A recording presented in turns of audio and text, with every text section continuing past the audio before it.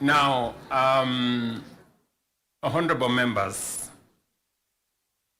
let me join the Right Honorable Raila Odinga and all the leaders who have spoken before me to welcome all of you to this very important first ever parliamentary group meeting that brings the two major coalitions together today here in Karen. Karibuni sana.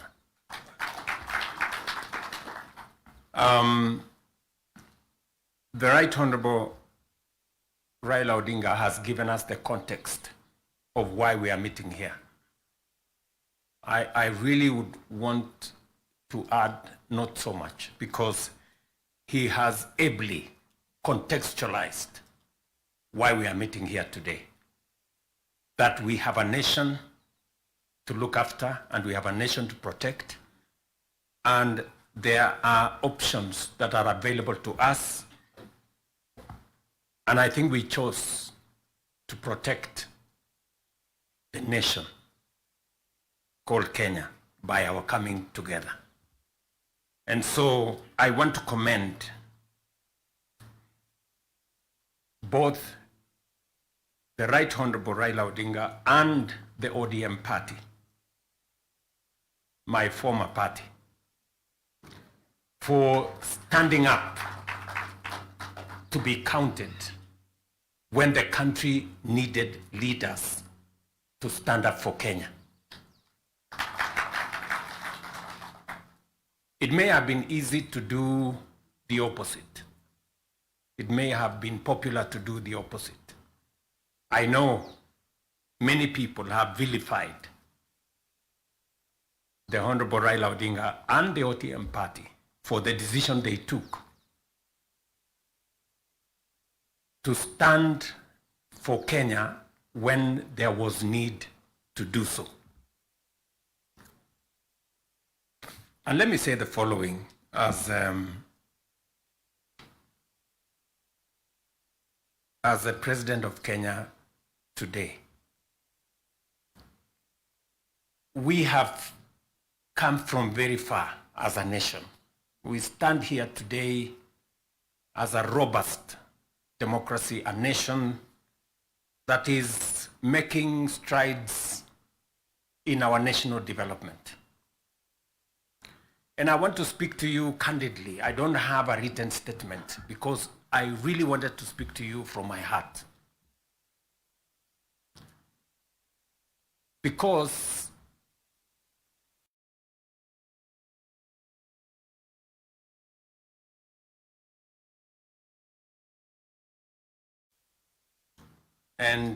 by God's grace, I have, out of the 5 people who have become presidents in Kenya, I am one of them.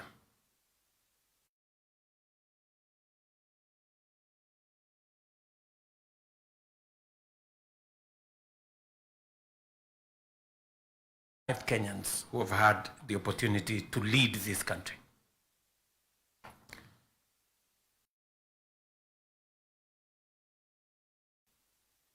That a nation,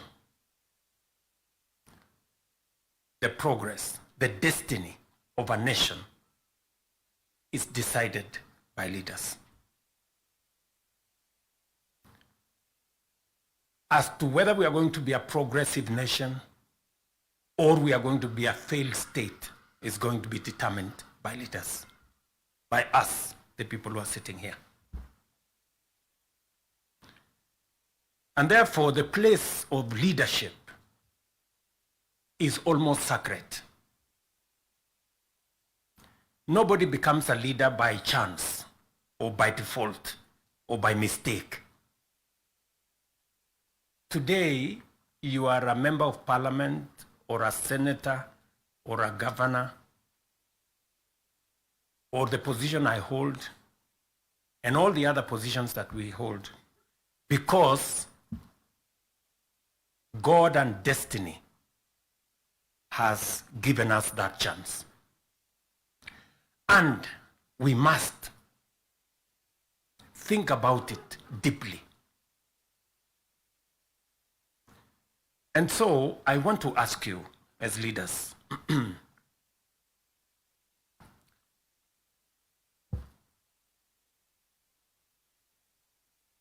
the Honorable Prime Minister has given us a history of countries. I will add to that list 2 countries. Singapore and Kenya were the same countries 60 years ago. Malaysia and Kenya were the same 60 years ago. But today, we play in different leagues. They have managed to progress to the first world. We are still where we are. The difference between what Singapore has become and what we are is leadership.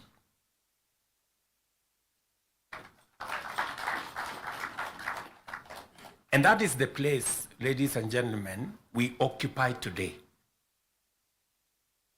So that you understand the importance, the sacred position you hold as a leader. Sometimes people want to ask, how do people who live in different houses, they have their own lives to pursue, but they wake up one morning on an election day and they go one after the other to 10,000, to 20,000, to 50,000 and elect you? You are not special. But it is a moment that God has given us as leaders. And therefore, we must do whatever we are doing, knowing very well that we have a heavy, almost sacred responsibility to the people we lead, to the nation of Kenya.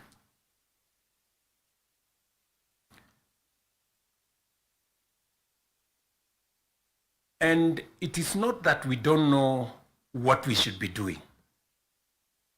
We all know what we should be doing. It is not that we have shortage of ideas. It is not that we have shortage of what we need to do. In fact, I dare say we have some of the very best ideas. We have very good manifestos all the time. And in fact, if you look at, and I keep referring to this, if you look at the manifesto of Kenya Kwanza and the manifesto of a difference is hardly 20-30%. 70% we share what we think.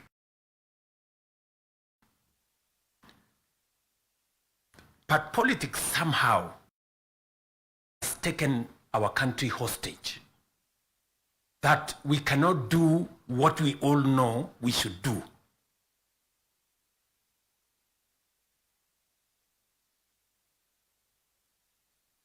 I have said that the difficulties that I face today as a president in Kenya are self-imposed.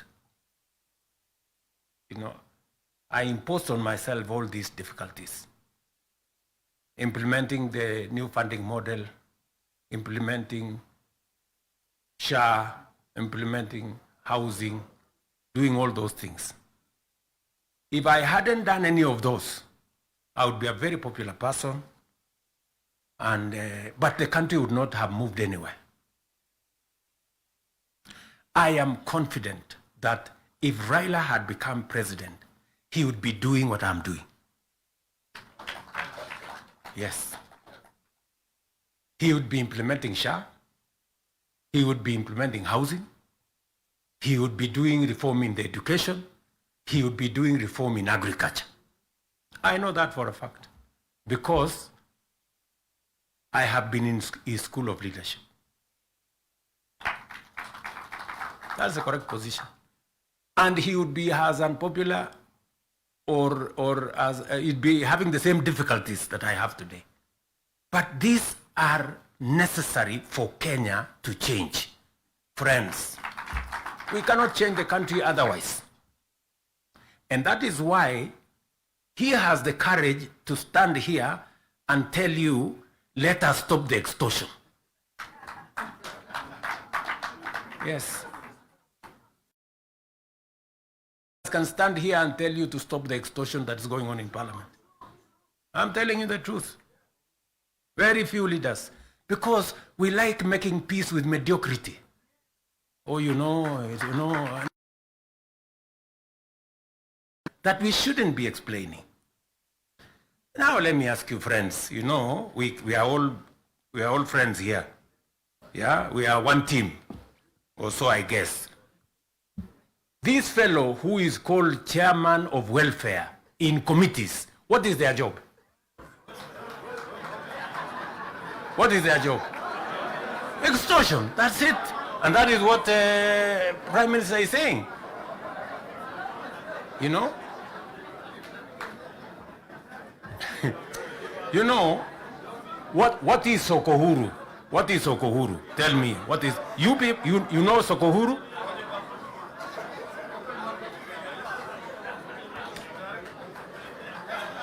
So, let me tell you. No, no, you see, and this is the same problem that we face. This is the same problem that we face because, look, for example, we passed the law that we all know, friends, we all know the problems we go through with fundraisings for people who have hospital bills. All of us. In your phones, you have WhatsApp groups. So-and-so has this, this condition, so-and-so has this condition, to contribute here. True or not true? Yes. But we don't want to fix it because it's difficult. But I must commend you. I must commend the members of National Assembly and Senate because you took the courage and passed the bills that today is beginning to solve the problem of health in Kenya. It may not happen instantly, but you, all of you, can now see that there is a possibility that we can sort out the challenge of health and health delivery in Kenya. But because we had to be bold, you know, we had to be bold and make the necessary decisions.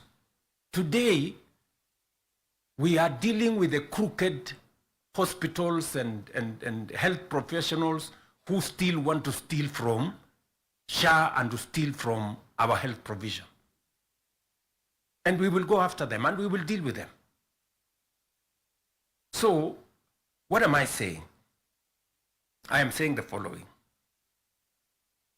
If we have to change Kenya, my friends, we have a historic opportunity today with this broad-based government, we have a historic opportunity to unleash the full potential of Kenya. We all believe, I do, that Kenya is a very great country, this country of ours. There is absolutely no reason why Kenya is not like Singapore. We have what it takes. Let me repeat. We have what it takes to measure up to the countries in the first world. Yes, we do. Yes, we do. But we are playing in the wrong league because leadership, me and you, are refusing to stand up to what this country needs. I really want to persuade you guys. I really want to persuade you friends. Yeah?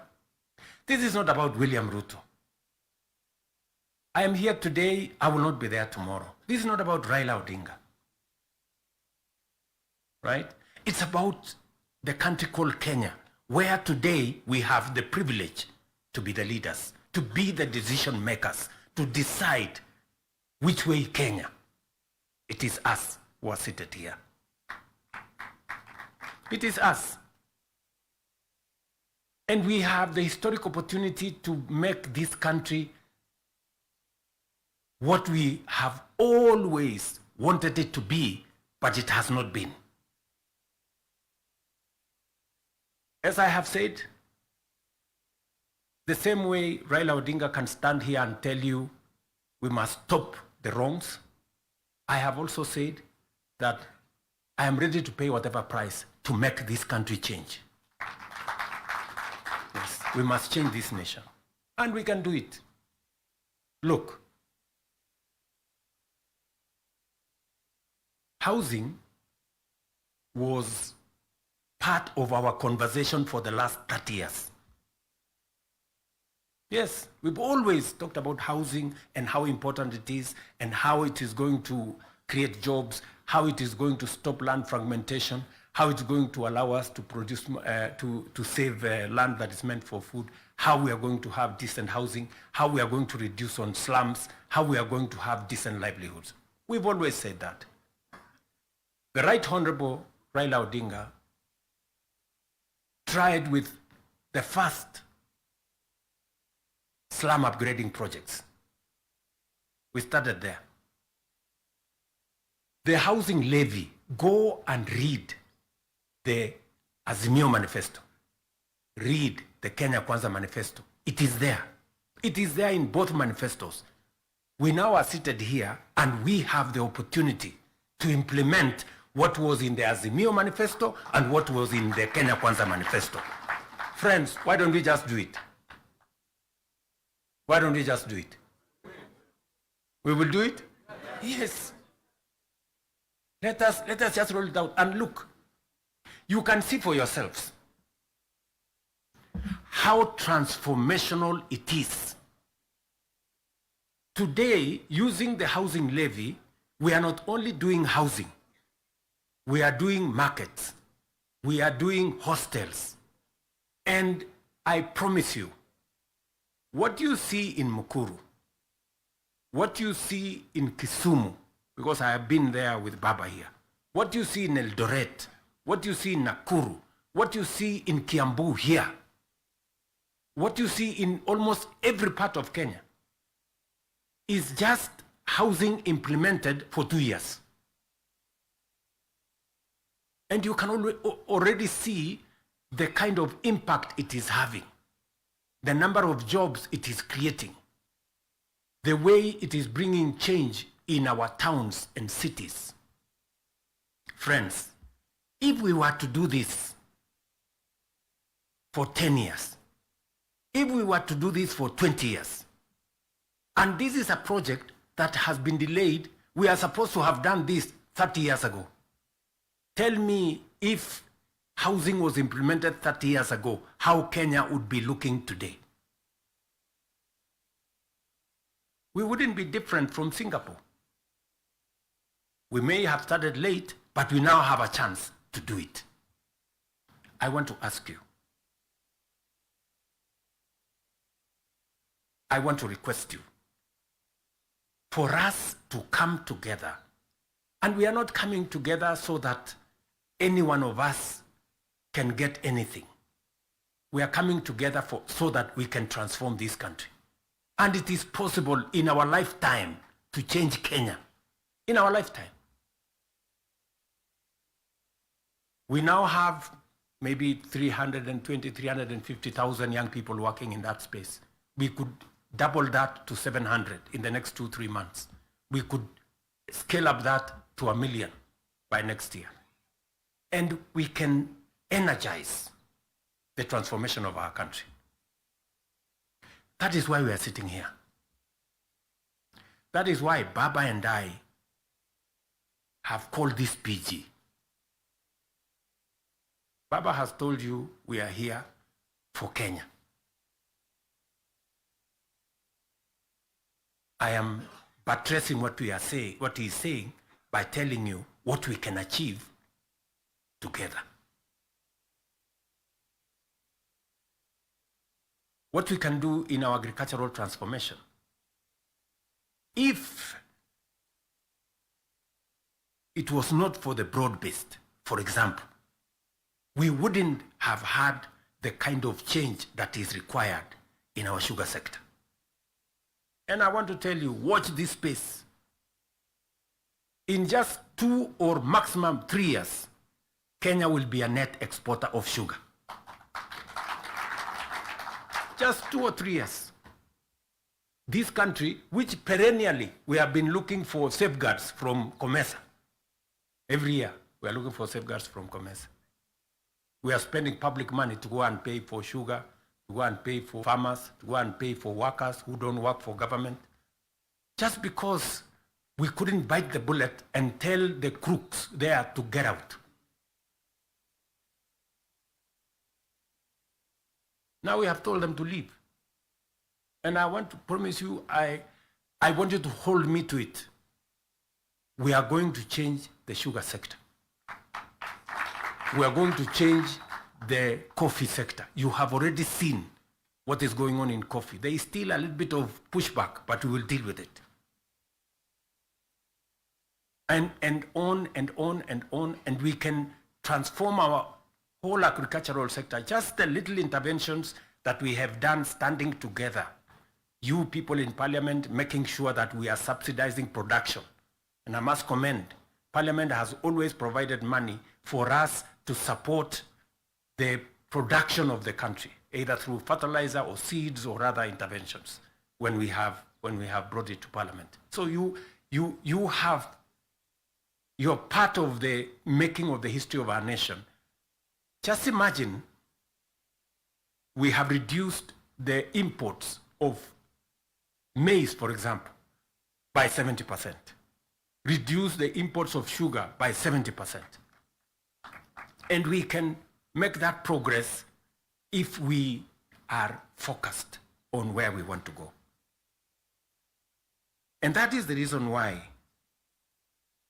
we have to make the decisions that we have made work.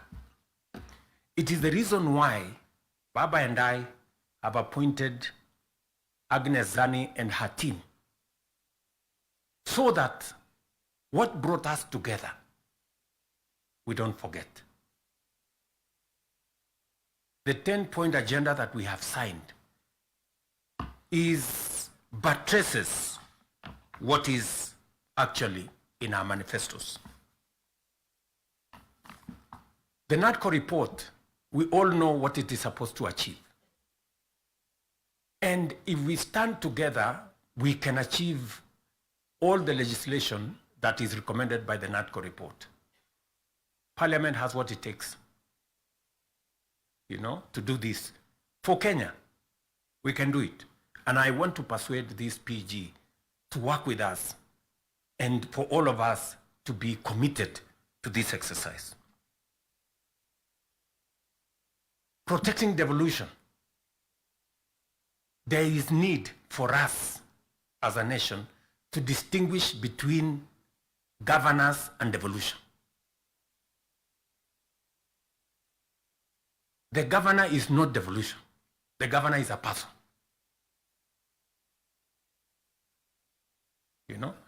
Devolution is about the people. It is not about the governor. And we can deal with the governor without disrupting devolution, if there is need to. But what is sacrosanct, what is constitutional, is that we must get local people, development, to be at a local level as much as is practically possible. I agree with the Right Honorable Raila Odinga, because I was in Parliament when NGCDF was passed. And the principle was right, because there wasn't any meaningful resources getting to the grassroots.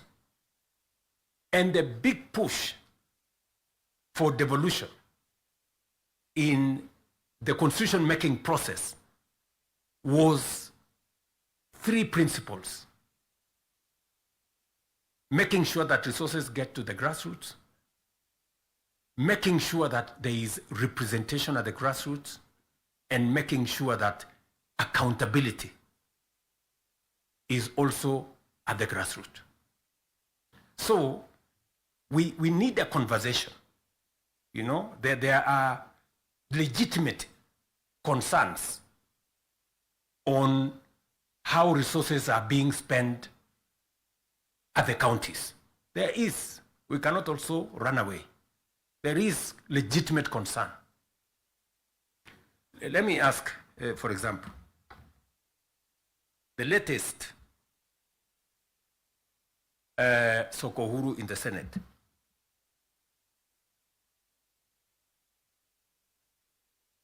Because you have to accept, you know, by virtue of the position I hold today, I am a consumer of raw intelligence. I know what's going on. Where does somebody find 150 million? Where?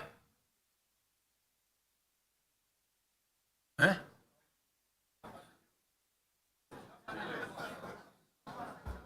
Is that his money? That is money that belongs to the county. Is that correct or not correct? Yes. Let me ask you, members of parliament who are seated here. Do you, for example, know, do you, for example, know that a few members of your committee collected 10 million shillings so that you could pass that law on anti-money laundering? Did you get the money?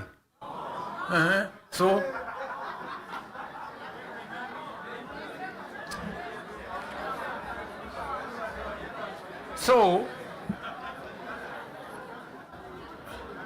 going forward, si tunataka tukubaliane, si we are one team. Yes, there are people who are destroying the credibility of parliament. And they are collecting money in the name of parliament. And some of the time, or most of the time, that money never gets to parliament, it gets to a few people. We are not going to shame them. We are going to arrest them. Yes.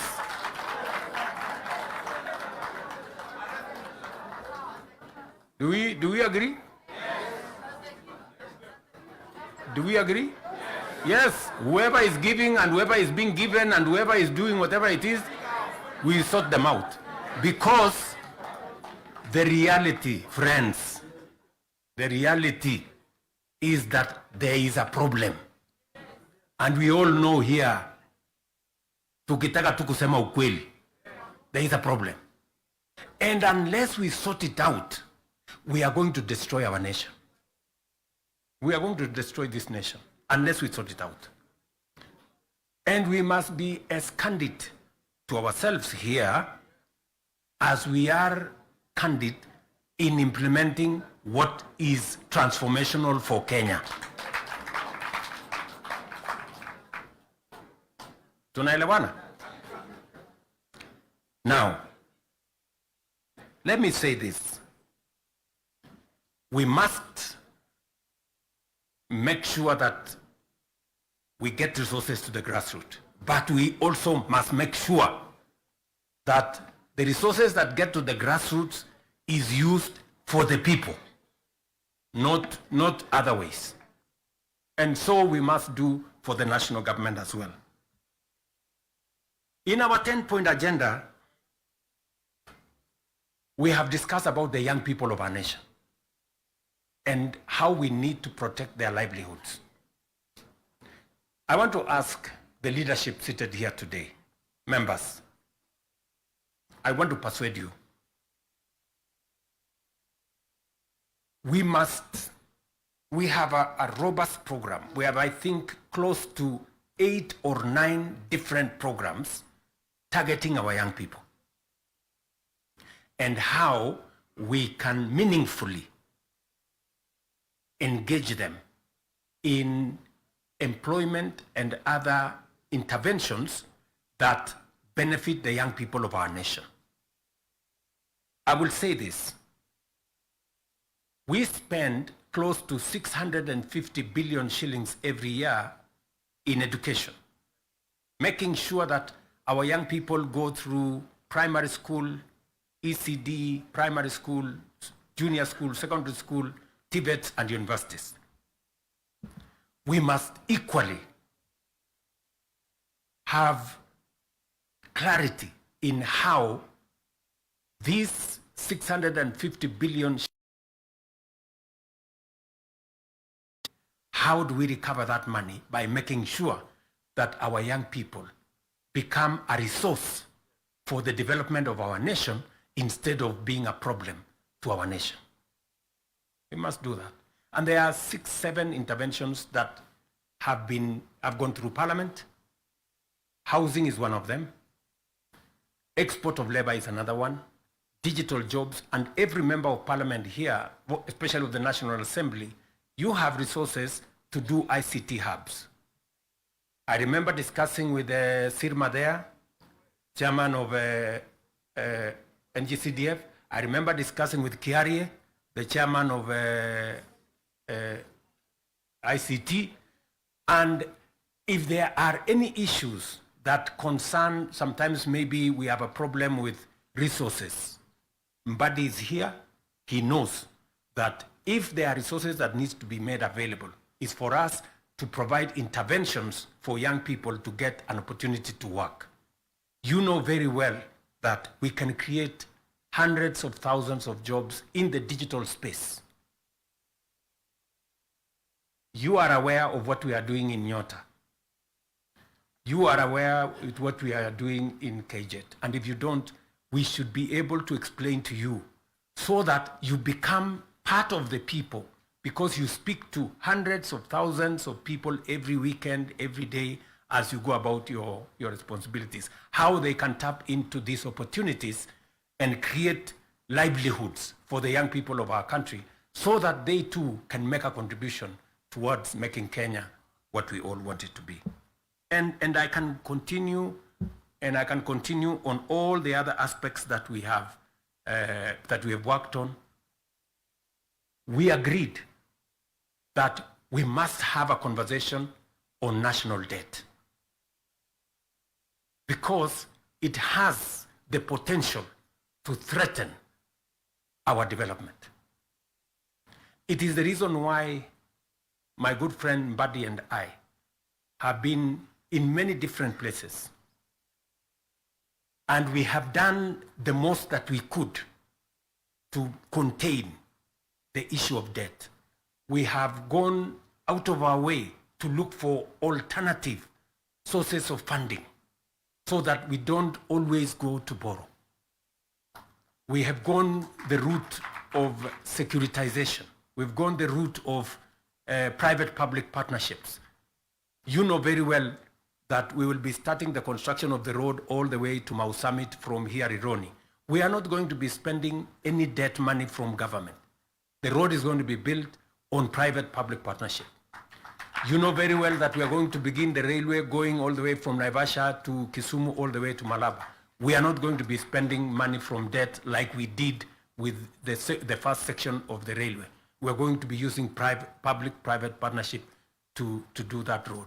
And many others that we have, we are thinking outside the box so that we can craft alternative mechanisms of delivering on public infrastructure or public goods without necessarily endangering the country with national debt. So we are working at it. It is part of the recommendation of the 10-point agenda that we must deal with. And we are seized with that matter. We will be giving, Mbadi and company will be giving a report to Zani's committee on what practical steps are we making to respond to the issues in the 10-point agenda. What are we doing about the young people? We will be able to tell Zani and the PG, and the PG should be there to monitor what we are doing so that we not only do it for us, but we also do it for the people that we represent. And finally, because I do not want to belabor the point, I said we have a historic opportunity. It is not always that protagonists come together to look at the greater interests of the country. But God has given us this opportunity. And I must commend Baba here,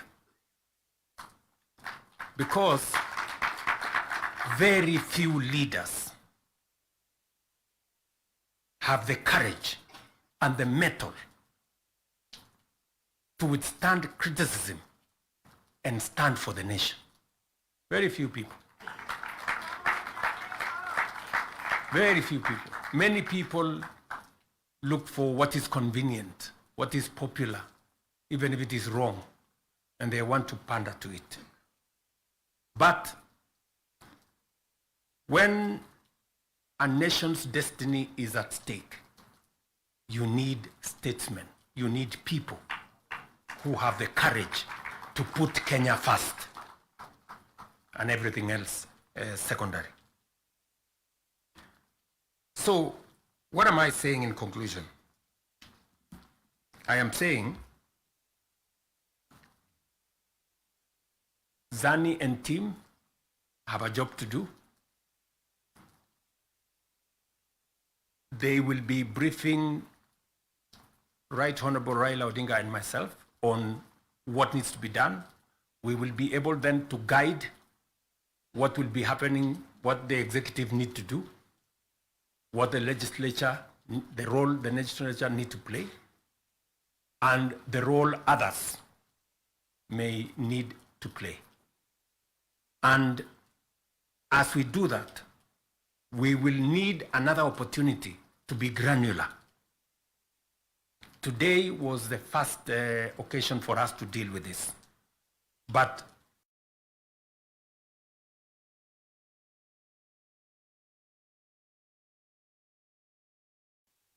at least the ministers to come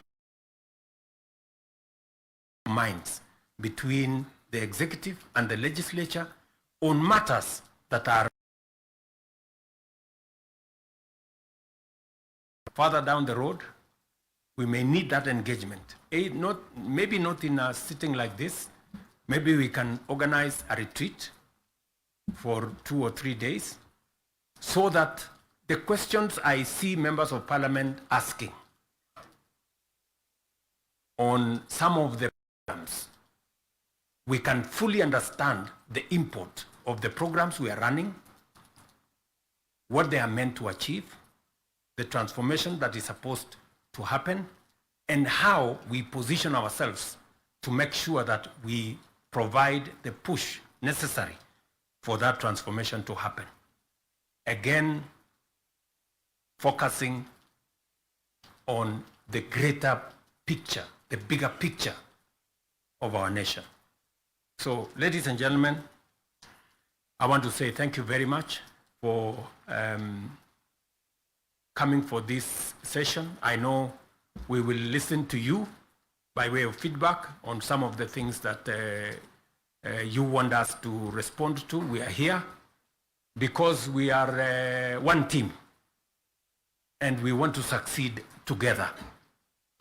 And we want to make sure that none of us is left behind. Are we together? So, mimi nimesema asante sana. If there are any questions directed to me, I will be willing and ready to answer. If there are some directed to any one of us here, we will be able to answer. And then the rest, we will deal with it together. Asanteni sana, and God bless you.